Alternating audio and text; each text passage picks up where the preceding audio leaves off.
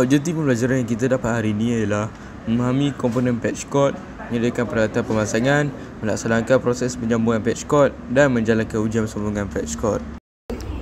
Apakah itu patch cord?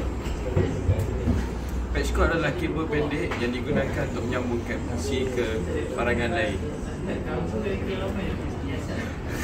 Contoh jenis cross cable. Cara nak buat cross cable adalah senang.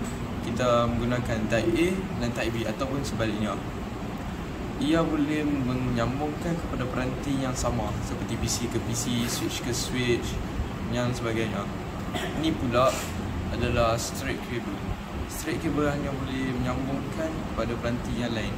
Cara nak buat dia juga senang, menggunakan type A dengan type A ataupun type B dengan type B.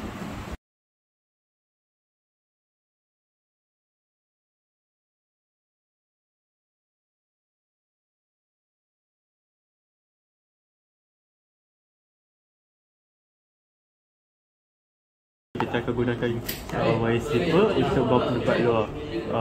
Kira-kira agak-agak dalam 1 inci lah.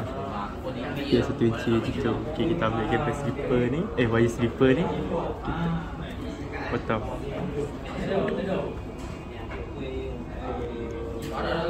Look.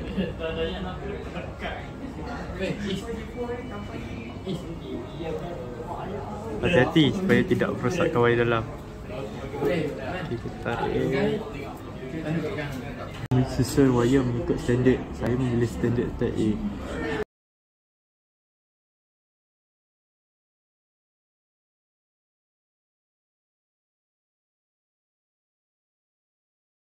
Langkah yang keempat, masukkan wire ke dalam RJ45.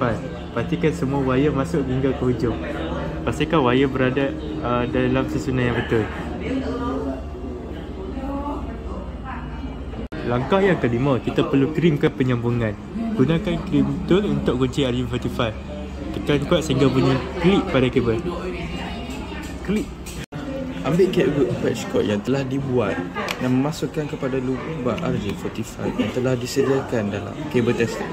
Selepas itu, sila tekan on.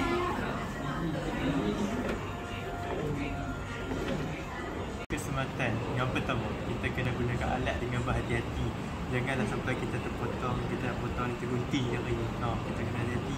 Gunting yang kedua pula, kalau nak potong kabel ni kan, jangan potong sampai dalam. Nanti potong kabel ni dalam kan, dia nanti kabel ni rosak. Yang ketiga, kalau kita take kesempatan kan, kalau kita nak pasang kabel ni, kita kena pastikan ruang kemas dan selamat kalau nak pasang kabel ni.